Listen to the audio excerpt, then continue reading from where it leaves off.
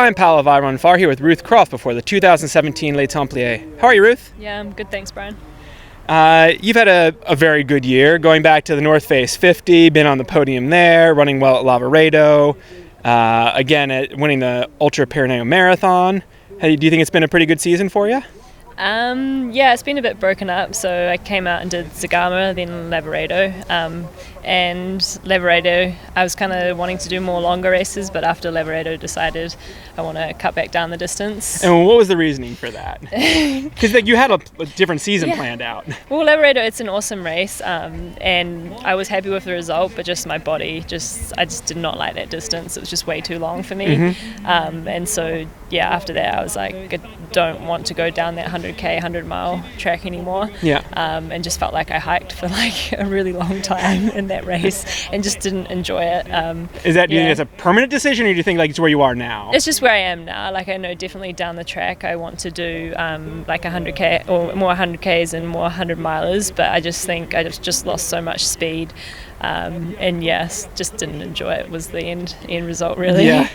And then did you replan your season, or did you have these kind of races planned already? Well, after that, I went back to Taiwan, and I decided that I was going to leave Taiwan.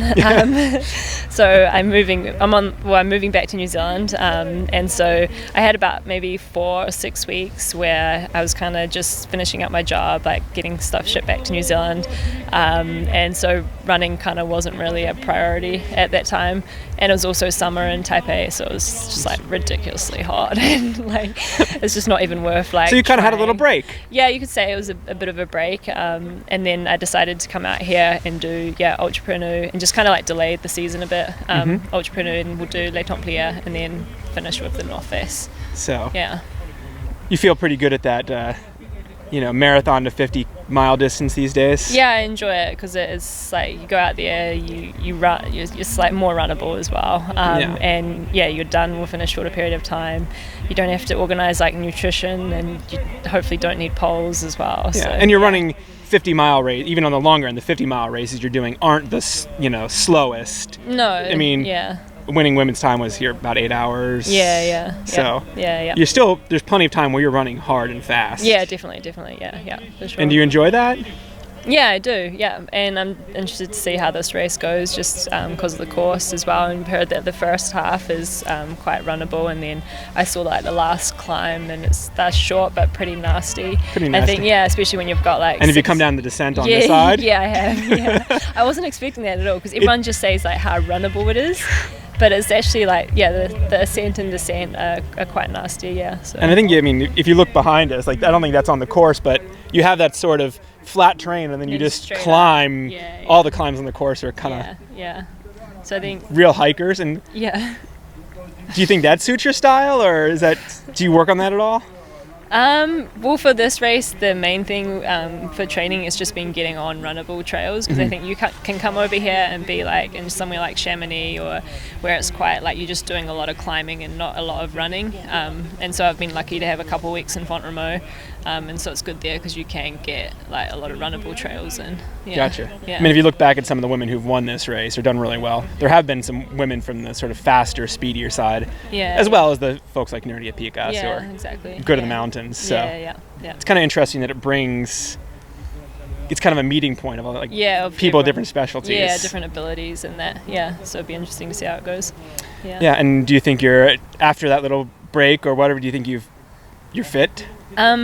I think so. Yeah. It's just been good to be able to get like a good block of training in like the right environment, like not having to deal with like humidity or like, because in Taiwan like 90% of my training was like on probably like a river path, like a concrete path, and so it's just been good to be able to get a decent block of training. And has it been like nice mentally not to have? Oh yeah, so nice. Like as much as I love like Taipei, it was just getting quite hard mentally, like to get out training, and that I had good people, but it does make it harder. And over here it's like easy to go out for a run. And you've been kind of bouncing around a little bit. Has it been harder or fun to be like, spend a couple weeks here and a couple weeks there? It's been okay. Like I've been doing it quite busy. Like I went and helped. I was at UTMB week and then helped crew a friend for TDG. And then this past month I've been at Paolo Bortolo's house.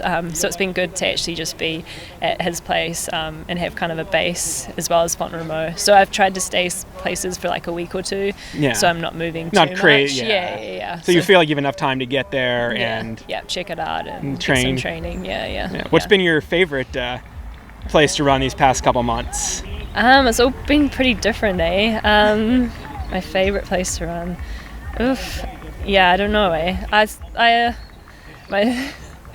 I'm not sure. I don't know. No. They're all good though, Yeah. So maybe Font-Romeu was good because I had a decent amount of time there, 2 weeks, and I also had some good people to train with. And that's kind of right on the French-Spanish border in the Pyrenees. Yeah. So and also like around Berger where Paul lives is awesome. They're like really lucky with what they have to train with there. Yeah. As well. I mean, so sort of around that whole Ultra Pyrenees area. Awesome. Yeah, definitely. Cool. Well, best of luck out there, Ruth, and Cheers. have fun. Thanks, Brian.